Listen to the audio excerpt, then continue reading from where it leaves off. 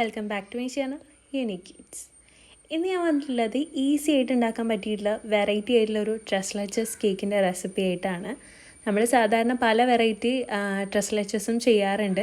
ഇത് കുറച്ച് ഡിഫറെൻ്റ് ആണ്. നമ്മൾ ഇത് ചെയ്യുന്നത് കസ്റ്റാർഡ് പൗഡർ വെച്ചിട്ടാണ്. കസ്റ്റാർഡ് പൗഡറിൻ്റെ ആ ഒരു മിൽക്ക് മിക്സും അതേപോലെ ഡ്രൈ ഇൻഗ്രീഡിയൻസിലൊക്കെ കസ്റ്റാർഡ് പൗഡർ ചേർത്തിട്ടുള്ള ഒരു അടിപൊളി ട്രസ്ലച്ചസ് കേക്കാണ്. എല്ലാവരും ഒന്ന് ട്രൈ ചെയ്ത് നോക്കുക. ഉറപ്പായിട്ടും നിങ്ങൾക്ക് ഇഷ്ടപ്പെടും. അപ്പോൾ നിങ്ങൾ ആദ്യമായിട്ടാണ് ഈ ചാനൽ കാണുന്നതെന്നുണ്ടെങ്കിൽ ഒന്ന് സബ്സ്ക്രൈബ് ചെയ്യുക. അതേപോലെ തന്നെ നമ്മുടെ ഗിവ് അവേയിൽ പാർട്ടിസിപ്പേറ്റ് ചെയ്യാൻ ആരും മറന്നു പോകരുത്. അതിൻ്റെ റൂൾസ് എന്തൊക്കെയാണെന്നുള്ളൊരു വീഡിയോ ഞാൻ ഇട്ടിട്ടുണ്ട്. അതിൻ്റെ ലിങ്ക് ഞാൻ താഴെ ഡിസ്ക്രിപ്ഷനിൽ കൊടുക്കാം കേട്ടോ. അപ്പോൾ നമുക്ക് വേഗം തന്നെ വീഡിയോയിലേക്ക് പോവാം.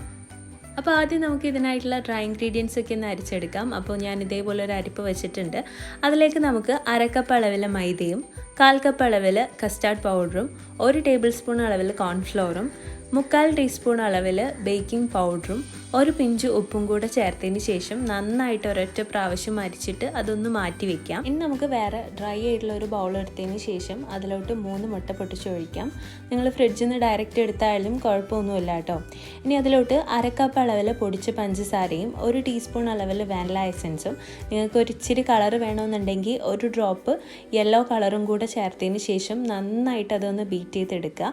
ബീറ്റ് ചെയ്തിട്ട് നല്ലൊരു ക്രീമി കൺസിസ്റ്റൻസി ആവണം. നമ്മൾ ഏകദേശം ഒരു മയോണൈസിൻ്റെ ഒക്കെ ഒരു കൺസിസ്റ്റൻസി ആവുന്നത് വരെ നന്നായിട്ട് ബീറ്റ് ചെയ്യാം. ഇത് ഏകദേശം ആ ഒരു കൺസിസ്റ്റൻസി ആയിട്ടുണ്ട്. ഇനി നമുക്കിത് ബീറ്റ് ചെയ്യുന്നത് നിർത്താം. ഇനി ഇതിലേക്ക് 1.5 ടേബിൾ സ്പൂൺ അളവിൽ പാലും 1.5 ടേബിൾ സ്പൂൺ അളവിൽ സൺഫ്ലവർ ഓയിലും കൂടെ ചേർത്തിട്ട് നന്നായിട്ട് ഫോൾഡ് ചെയ്തെടുക്കുക. ഇനി നമുക്ക് ബീറ്ററിൻ്റെ ആവശ്യമില്ല. ഈ ഒരു എഗ്ഗ് ബീറ്റായി കഴിഞ്ഞാൽ ഏതെങ്കിലും ഒരു വിസ്കോ അല്ലെങ്കിൽ സ്പാച്ചുല വെച്ചിട്ട് ചെയ്തെടുത്താൽ മതി. ഇനി നമുക്ക് നമ്മൾ നേരത്തെ മാറ്റി വെച്ചിട്ടുള്ള ഡ്രൈ ഇൻഗ്രീഡിയൻസ് കുറച്ചായിട്ട് ഇതിലോട്ട് ആഡ് ചെയ്തിട്ട് പതുക്കെ ഫോൾഡ് ചെയ്തെടുക്കാം. നമ്മൾ ഓവർ ഫോൾഡ് ചെയ്യരുത്. ഓവർ ഫോൾഡ് ചെയ്ത് കഴിഞ്ഞാൽ നമ്മുടെ കേക്കിൻ്റെ നടുഭാഗം കൊഴിഞ്ഞു പോകാനും കേക്ക് ഹാർഡായി പോകാനും ഒക്കെയുള്ള ചാൻസ് ഉണ്ട്. അപ്പോൾ ഒരുപാട് ഓവർ മിക്സ് ചെയ്യാണ്ടിരിക്കാൻ കുറച്ച് ചേർത്ത് കൊടുത്താൽ നമുക്കത് പെട്ടെന്ന് മിക്സ് ചെയ്തെടുക്കാൻ വേണ്ടിയിട്ട് പറ്റും. അപ്പോൾ അങ്ങനെ ചെയ്തിട്ട് നന്നായിട്ട് മിക്സ് ചെയ്തെടുക്കുക. ഇതിപ്പോൾ ഞാൻ കംപ്ലീറ്റ് ആയിട്ട് മിക്സ് ചെയ്തെടുത്തിട്ടുണ്ട് കേട്ടോ. ഈ ഒരു കൺസിസ്റ്റൻസിയിലാണ് നമ്മുടെ ബാറ്റർ ഉണ്ടാവുക. ഇനി നമുക്കിത് ബേക്ക് ചെയ്യാനായിട്ട് വെക്കാം. ഞാൻ ഇതേപോലൊരു ബൗളാണ് എടുത്തിട്ടുള്ളത്. അപ്പോൾ നിങ്ങളുടെ കയ്യിൽ ഇതന്നെ വേണമെന്ന് ഒരു നിർബന്ധവുമില്ല. നമ്മൾ സാധാരണ കേക്ക് ബേക്ക് ചെയ്യുന്ന ഏതെങ്കിലും ഒരു പാത്രത്തിൽ ബേക്ക് ചെയ്തെടുത്താൽ മതി.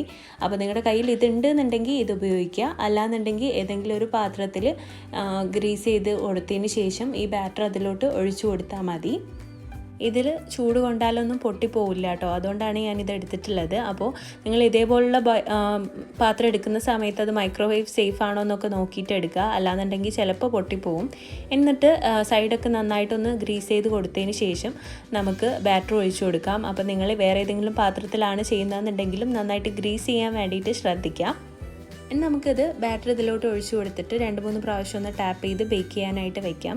അപ്പോൾ ഞാൻ ബേക്ക് ചെയ്യാനായിട്ട് എടുത്തേക്കുന്നത് ഇതേപോലെ ഒരു കടായിയാണ്. ഞാനിതൊരു 10 മിനിറ്റ് ഹൈ ഫ്ലെയിമിൽ ഇട്ടിട്ട് ഒന്ന് പ്രീഹീറ്റ് ചെയ്തെടുത്തിട്ടുണ്ട്. അപ്പോൾ നമ്മൾ പ്രീഹീറ്റ് ചെയ്യുന്ന സമയത്ത് അടപ്പിൽ ചെറിയ ഹോൾ ഉണ്ടെന്നുണ്ടെങ്കിൽ പേപ്പർ വെച്ചിട്ടോ അല്ലെങ്കിൽ ഇതേപോലൊരു ടവൽ വെച്ചിട്ടോ നമ്മളൊന്ന് അടച്ചു കൊടുക്കുക. ഇനി നമുക്ക് ഈ ഒരു പാത്രം ഇതിലോട്ട് ഇറക്കി വെച്ച് കൊടുക്കാം. എന്നിട്ടിത് 35 മുതൽ 40 മിനിറ്റ് വരെ ലോ ഫ്ലെയിമിലിട്ടിട്ട് ഒന്ന് ബേക്ക് ചെയ്തെടുക്കാം. ആ ഒരു സമയം കൊണ്ട് നമുക്കിതിലോട്ട് ആവശ്യമായിട്ടുള്ള മിൽക്ക് മിക്സ് റെഡിയാക്കിയിട്ട് എടുക്കണം. അപ്പോൾ മിൽക്ക് മിക്സിനായിട്ട് ഞാൻ എടുത്തിരിക്കുന്നത് 1 കപ്പ് പാലാണ്.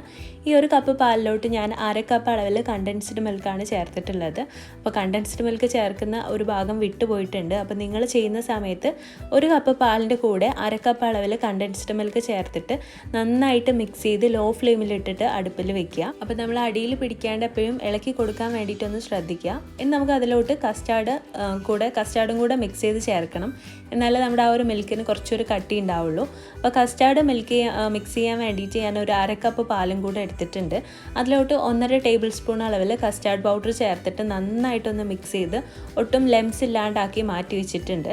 അത് ചെറുതായിട്ട് ചൂടായിട്ടുള്ള ഈ ഒരു പാലിലോട്ട് ചേർത്ത് കൊടുത്തിട്ട് നിർത്താണ്ട് ഇളക്കി കൊടുക്കുക.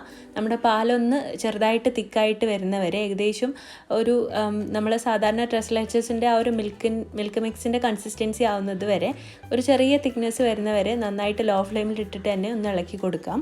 അപ്പോൾ നമ്മുടെ ഈ ഒരു മിൽക്ക് മിക്സ് റെഡി ആയിട്ടുണ്ട്. ഇനി ഇത് ചൂടാറാൻ വേണ്ടിയിട്ട് മാറ്റി വയ്ക്കാം.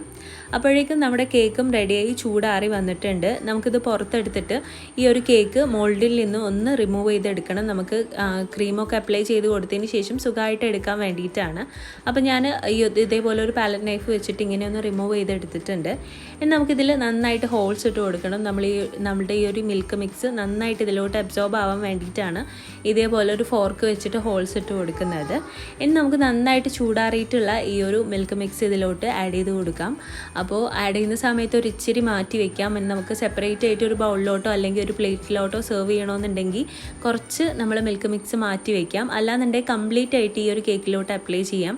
ഞാൻ ഏകദേശം ഒരു 1/4 കപ്പ് ഫോട്ടോ എടുക്കാൻ വേണ്ടിയിട്ട് മാത്രം മാറ്റി വെച്ചിട്ടുണ്ട്. ഇനി നമുക്ക് ഇതേപോലെ ഈ ഒരു മിൽക്ക് മിക്സ് ഇതിലോട്ട് നന്നായിട്ട് ഒഴിച്ചു കൊടുത്ത് നന്നായിട്ട് വെറ്റ് ചെയ്തെടുക്കണം. വെറ്റ് ചെയ്തെടുത്തതിന് ശേഷം ഞാനിതിൻ്റെ മുകളിൽ ക്രീം അപ്ലൈ ചെയ്യുകയാണ്. അപ്പോൾ ഞാൻ ഈ ഒരു ക്രീം എടുത്തേക്കുന്നത് ഫിയോണയാണ്. 1/4 കപ്പും പിന്നെ ഒരു 2 ടേബിൾ സ്പൂണും കൂടിയാണ് ഞാൻ ക്രീം എടുത്തിട്ടുള്ളത്. അതിലോട്ട് കറക്റ്റ് ആയിരുന്നു. ഇനി ഇതേപോലെ നന്നായിട്ടൊന്ന് ഐസിങ് ചെയ്തെടുക്കുക. അപ്പോൾ മേലെ ഭാഗമൊക്കെ കംപ്ലീറ്റ് ആയിട്ടൊന്ന് ഐസിങ് ചെയ്യുക. അപ്പോൾ നിങ്ങൾക്ക് ഇതേ ഡിസൈൻ വേണ്ടാന്നുണ്ടെങ്കിൽ ഏതെങ്കിലും നോസിൽ വെച്ചിട്ടൊന്ന് ഡെക്കറേറ്റ് ചെയ്തെടുത്താലും മതി.